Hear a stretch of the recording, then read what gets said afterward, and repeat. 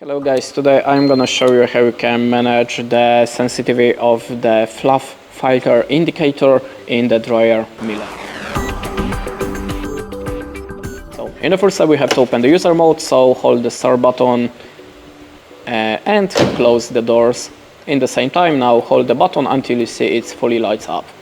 Then you should see P01, that means we're in the user mode. Now we have to go to the P20.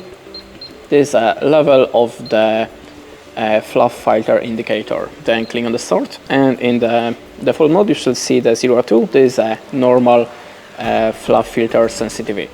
Then if you want to set it to the very sensitive, go to the 03. If you want to decrease the level of the Fluff filter error, then go to the 01. This is a non-sensitive, and 00 is a turn it off.